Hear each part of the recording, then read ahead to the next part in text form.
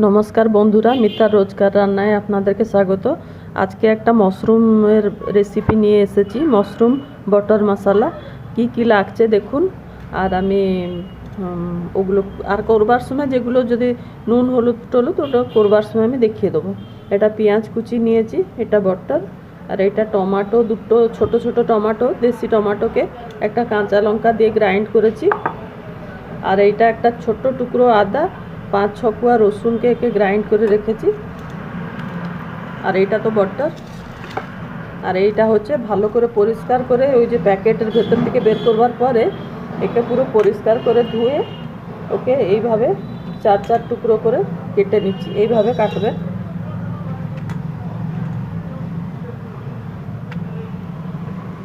যেগুলো বেশি বড় বড় আছে ওকে আর একটু কেটে দিলে হবে, কিন্তু যেগুলো বেশি ছোট না করলেই ভালো, কেননা একটু জল জিনিস, কড়াইতে দিতে দিতেই এটা জল বেরিয়ে আরও কাদার মতন হয়ে যাবে, তাই একটু বড় বড় রেখেছি। এইভাবে কাটা হবে, আমি করার সময় দেখাবো। আমি কড়াইতে অল্প একটু তেল দিয়েছি আর একটা বাটারের টুকরোটাও দিয়ে দিলাম এর ভেতরে। এটা একটু মেল্ট করে যাক।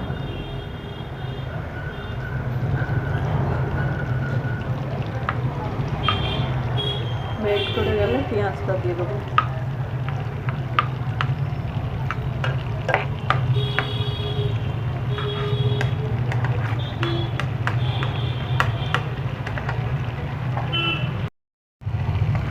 এবারে পেঁয়াজটা দিলাম।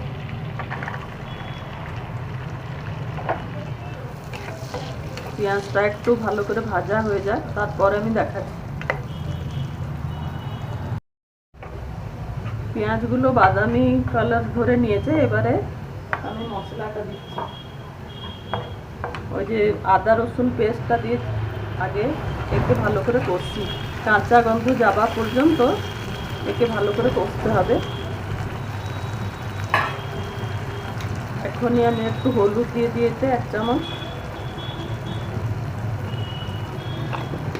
আপনারা যদি ঝাল লঙ্কা গুঁড়ো খান যদি আপনারা দেবেন। আমি কাঁচা লঙ্কা একটা বাটা দিয়েছি, আর এটা কাশ্মীরি লঙ্কা গুঁড়ো দিচ্ছি, ঝাল লঙ্কা গুঁড়ো দেবো না।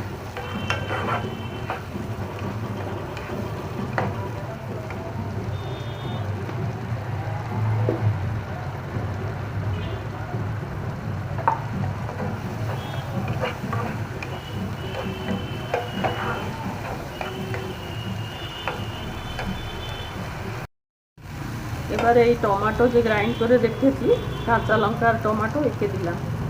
একে দিয়ে পুরো ভালো করে কষছি। পুরো তেল ছাড়ার পর্যন্ত এটাকে ভালো করে কষে তারপরে মাশরুম দেবো। এবারে ধনে গুঁড়ো 1.5 চামচ মতন দিলাম, আর জিরে গুঁড়ো 1 চামচ দিয়ে দিচ্ছি।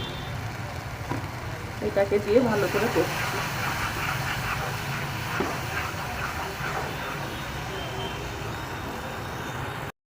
মশলা পুরো ভাজা হয়ে গেছে, আর কোনো দিকে সব দিকে তেলও ছেড়ে নিয়ে গেছে। এবারে আমি মাশরুমটা দিচ্ছি।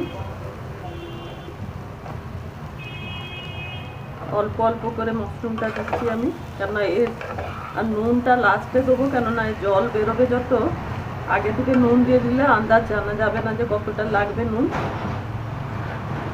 তাও নুন দিলেও একবার আপনারা টেস্ট করে দেখবেন, যদি কম থাকে একটু কমই দেবেন, পরে বরং নুনটা দরকার হলে দেবেন।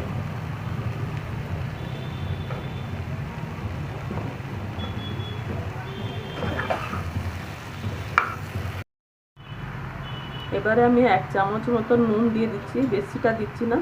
কম হলে পরে টেস্ট করে দেখে আবার একটু নুন মেশাবো। আরম্ভ থেকে বেশি করে নুন দিচ্ছি না। আর এটা 1/2 কেজি মাশরুম আছে। 1/2 কেজি মাশরুমের জন্য আমি ওই মশলাটাকে দেখালাম, ওইটা দেখে আপনারা করবেন।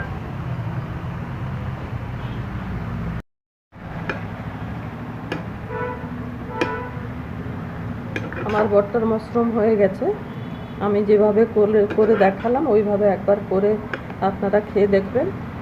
ভালো লাগলে আমার চ্যানেলটাকে লাইক শেয়ার সাবস্ক্রাইব করবেন। এর উপরে একটু ধনেপাতা দিয়ে দিচ্ছি।